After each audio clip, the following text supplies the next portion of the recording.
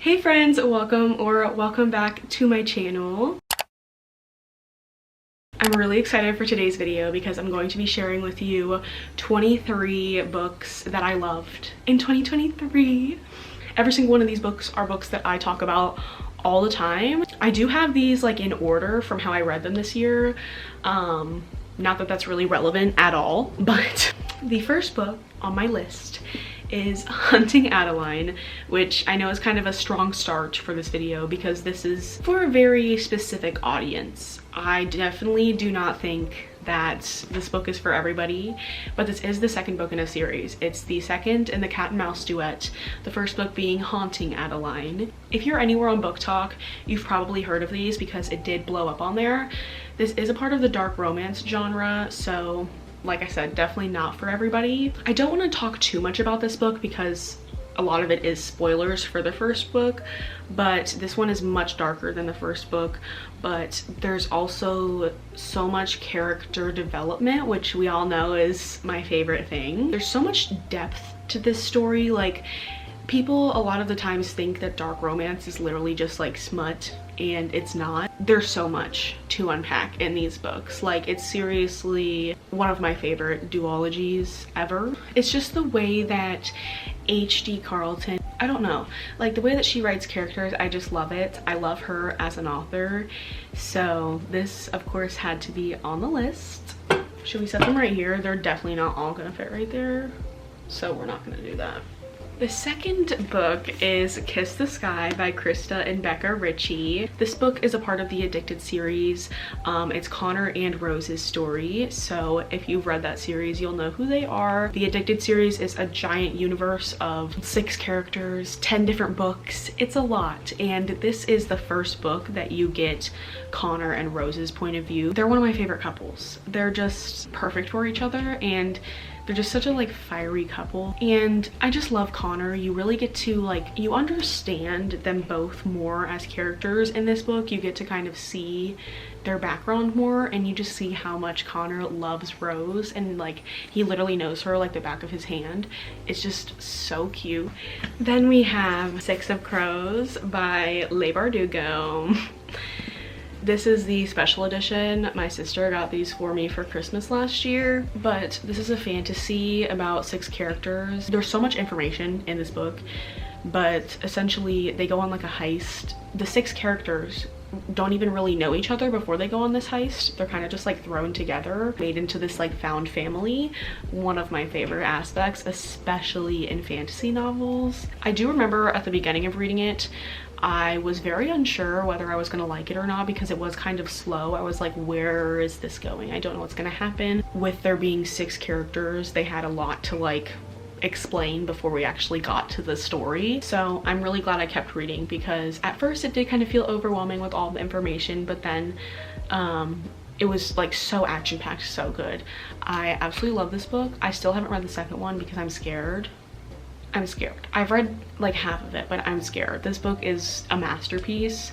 I sincerely wish they would have just specifically done a Six of Crows show, not mixed them with Shadow and Bone, because this book deserves its own TV show. Our fourth book is Magnolia Parks by Jessa Hastings.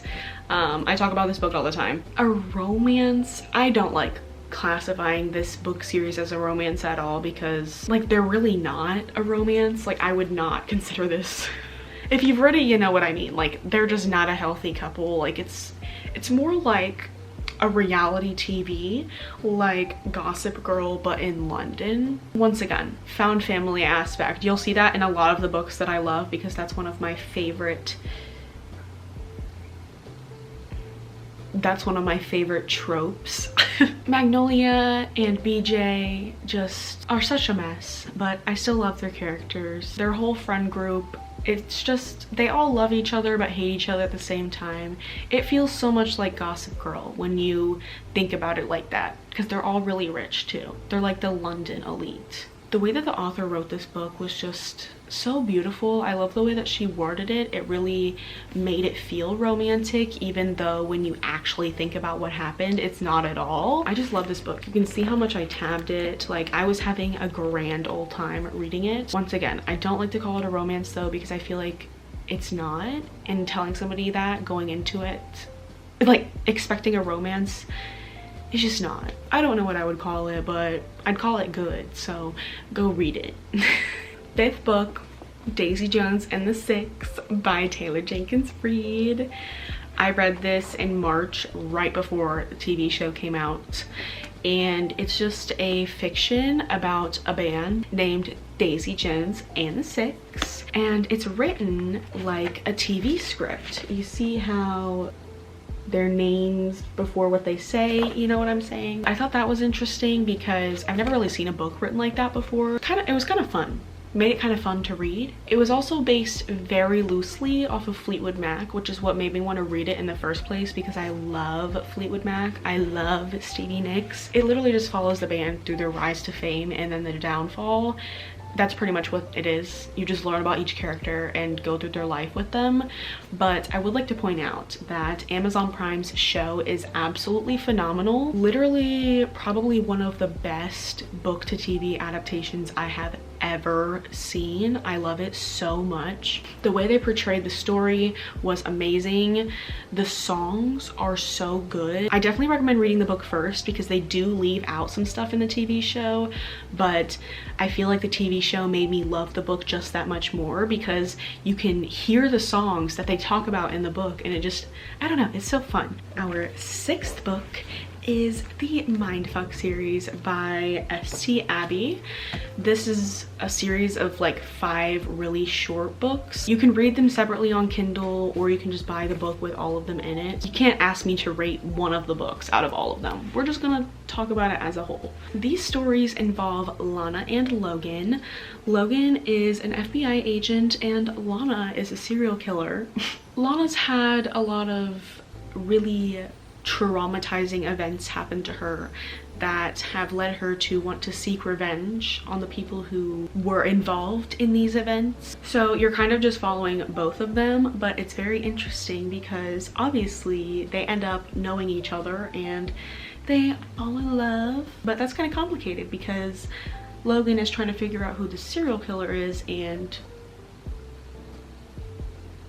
I talk about this book all the time. It's a masterpiece. Once again, another one of those books where you want to read the trigger warnings because there is a lot of very sensitive scenes. It's kind of like dark romance mixed with mystery and thriller, and I loved it. I loved every second. I'd say that I'd never found a book that was quite like this, but I did read one that we'll talk about later in this video. But besides that book, there really is nothing else like it. Our seventh book is 7 Days in June by Tia Williams. This book was so surprisingly amazing to me. I just picked it up randomly because people were talking about it and I wanted to see what it was all about. This is a second chance romance about 2 writers, Ava and Shane, and they meet at this like literary event and then it goes from there. Shane is like a teacher and his relationship with his students is so cute. Like you kind of see him build a relationship with one of his students that is just so wholesome, so cute. Like the way that he cares about them is just, I love it. It was so adorable. Eva is a single mom, so her daughter, I can't remember her name. I loved her. Usually when there's kids in books, it doesn't bother me, but they're not like a favorite character of mine because they just, you know, I don't really care. Like they're just kind of there, you know what I mean? But her daughter was hilarious because I'm pretty sure she was kind of older, like 12 or something. So she was a little sassy character. I loved her. I don't know, this book was just so good, and if you like romances, you'll probably really like this. Our 8th book is The Ballad of Never After by Stephanie Garber. This is the second book in the Once Upon a Broken Heart trilogy. By far my favorite one. The first book is really good. Obviously you have to read that one to get to this one, otherwise you will not have any clue what's going on. But this one just has a lot in it. You see a lot more of Ava and Jax, which is what I love. That's what I want to see. You kind of see the tension and the romance between them build up. It was just a lot more intense than the first one. There was a lot of emotions. I'm pretty sure I cried.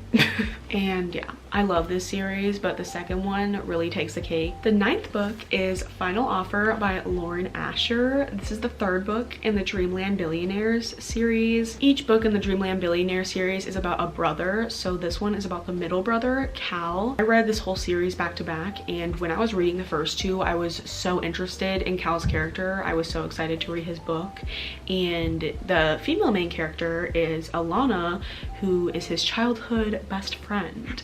And Alana is also a single mom. She does have a daughter. No, I think it's a son, because I remember Cal in the book, like, he had a swear jar and the kid would get a $1 bill every time somebody sweared. But when Cal would swear, he would put a $100 bill in there because he's so rich.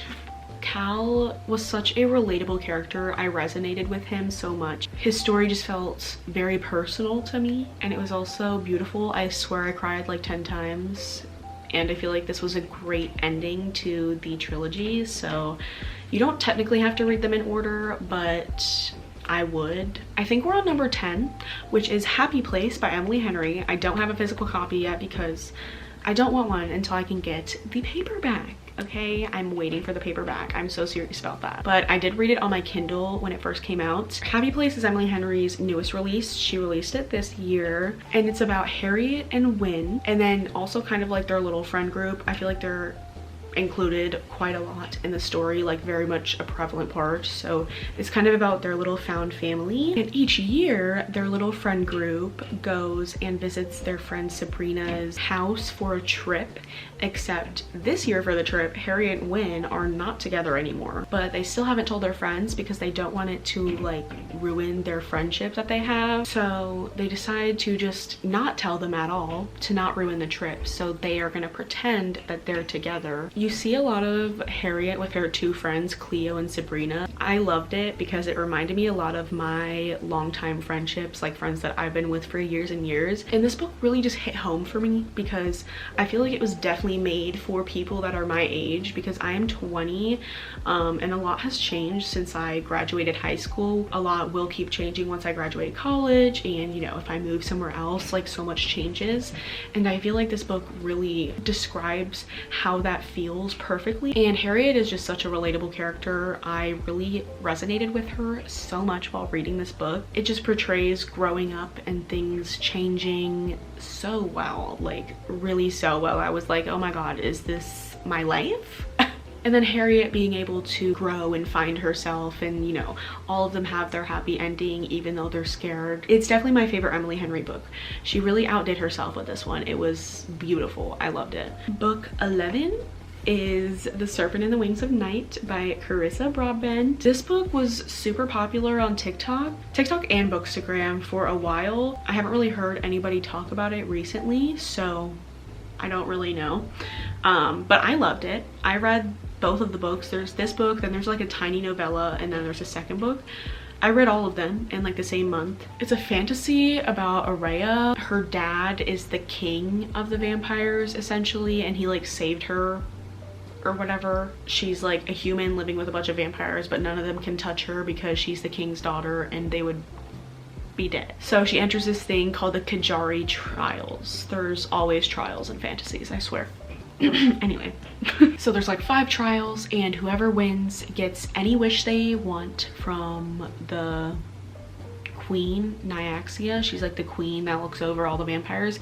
You get one wish, anything you want. She meets Rain in the trials, who is the love interest of this book, and they kind of like form an alliance and work together. Very action-packed. I feel like the pacing of this book was really, really good. I think that's why I read it so fast, because it is a thick book and I read it really fast. I loved it. I kind of forget about her sometimes, but every time I remember, I'm like, oh yeah, I really loved that book. Like, I don't know.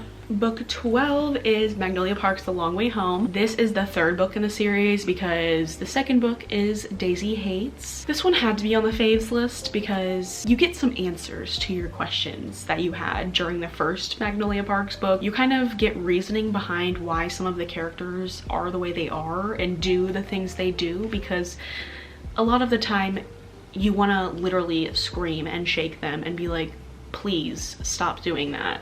This one does deal with a lot of heavy topics too, which I wasn't expecting, but I feel like they're kind of necessary because it kind of makes sense to why the characters, once again, are the way they are.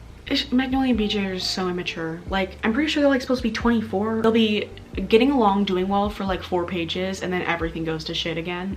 It's just so frustrating. They find things to be frustrated at. Every time I think about how this book ended, my heart breaks again, and I really cannot wait for the last Magnolia Parks book because I need to know what the hell happened, seriously. Okay, the 13th book, I did not do this on purpose, but the 13th book is Finding 13. This was not on purpose. That's actually really funny though, because I did not even know that this was going to be the 13th book. This is the new cover, Slay. The words are still tiny as hell. Don't know why that wasn't fixed, but it is a rugby romance based in Ireland at a prep school. Tom in college, but they're in high school. Like, I'm pretty sure they're 17. Once again, feels like one of those books that I would loosely call a romance. I really would not want to call this a romance because there's a lot of heavier topics that are discussed. The romance definitely kind of feels like a subplot. If you're looking for a romance, save your breath. This is definitely, I mean, maybe there's more romance. This is the only one I've read. I have not gone further than this, but maybe there's more romance after this. But I just kind of feel like the other topics are more important. Minus the words in the book being like a size 7 font. I absolutely love this book. I don't even know why I haven't read the second book, honestly. I'm kind of surprised I haven't, but I really need to. Our 14th book is Heartless by Elsie Silver. This is the second book in the Chestnut Springs series, which is a small town cowboy romance. This one is about Cade and Willa. So in the first book you see Rhett and Summer. Willa is Summer's best friend and Cade is Rhett's older brother. Cade is a single dad. He has a son named Luke and he really needs a nanny, so he hires Willa. Willa is just such a lovable character. Just reading the book you can feel like the positive energy that she puts off. She's the kind of girl that I would want to be friends with because she's just so funny and positive and uplifting, and she's definitely one of my favorites out of the whole series. One of my favorite female main characters, period, honestly. And the way that she is with Luke, Cade's son, is just so cute. I love it. They're just so adorable together. This book is kind of what started my love for the single parent trope. That's one of my favorites now, I feel like, and it kind of started from this book, so we'll give her creds. Book 15 and 16 are the third and the fourth books in the Natural series, so I thought I would kind of talk about them together. I read these back to back. All In is the third book in the Natural series. I loved this one because it was different. Like, they went on a trip, they were in Las Vegas, and you also learn way more about Sloane in this book. She's my favorite character, so I was really excited to learn a little bit more about her background. It's probably my favorite one out of like the whole series. I just feel like it was a lot different than the other two, and I read this whole series within like 2 months, so the whole series is really good, but this is definitely probably my favorite book out of all of them. And then the fourth book in the series, which is the final one, is Bad Blood, and then there's a little novella called 12 in the back of it. This book was like totally off the rails. I don't even know what was happening for like half of the book. But I still loved it. I feel like it wrapped up the series really well. A lot of the times I'm kind of scared to finish series because I don't like how the author ended it. That's just me being like particular. I know I'm just being annoying, but I just feel like the fact that I read this entire series within 2 months definitely says something about how much I liked it. So yeah, if you really like mystery and thriller series, I definitely recommend reading all of these books because they're really good. Book 17 is Out on a Limb by Hannah Bonham Young. This is a pregnancy romance about Bo and Wynn, who meet at a party and have a one-night stand and then get pregnant. This was such an unexpected love for me. Like, I downloaded it on Kindle Unlimited because I heard it being talked about and I was just interested, and I loved it so much I had to buy the physical copy because look at the cover. Like, it's gorgeous. The cover is literally gorgeous. It's such a beautiful romance, and Bo is just such an amazing book boyfriend. He's such a golden retriever character. There's disability representation because both of the main characters are disabled, and then there's also a lot of discussion about mental illness in different aspects that aren't really talked about as much. For example, postpartum depression. And I know a lot of the time we read books to kind of like leave reality, but this book really felt realistic. The characters felt real. They had their flaws, and I always love that because I almost don't like reading romances when the characters just feel too perfect, you know? Book 18 is Addicted After All by Kristen Becker Ritchie. This is the 5th and final book in the Addicted series, so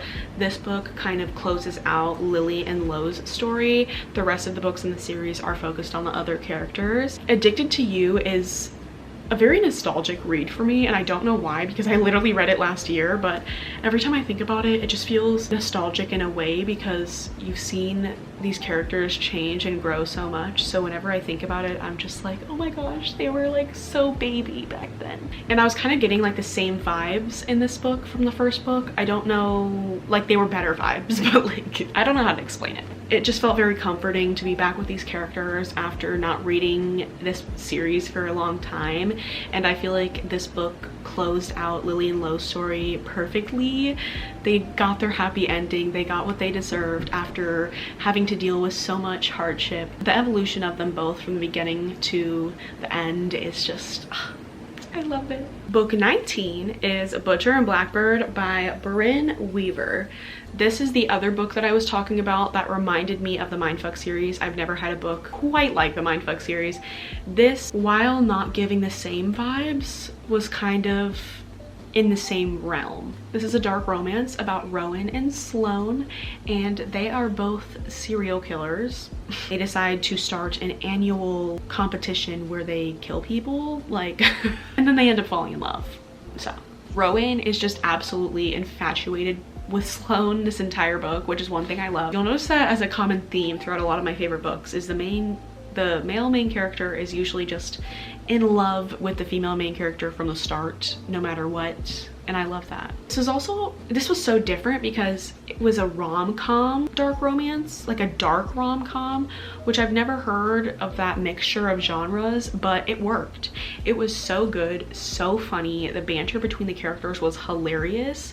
Once again, I read this on my Kindle and it was so good I had to buy the physical copy. Definitely read the trigger warnings because this story is absolutely unhinged. There are so many parts where I was like, what is going on? Like actually what's going on? But it's so funny. The banter is top tier. It was so good. It was so surprisingly good.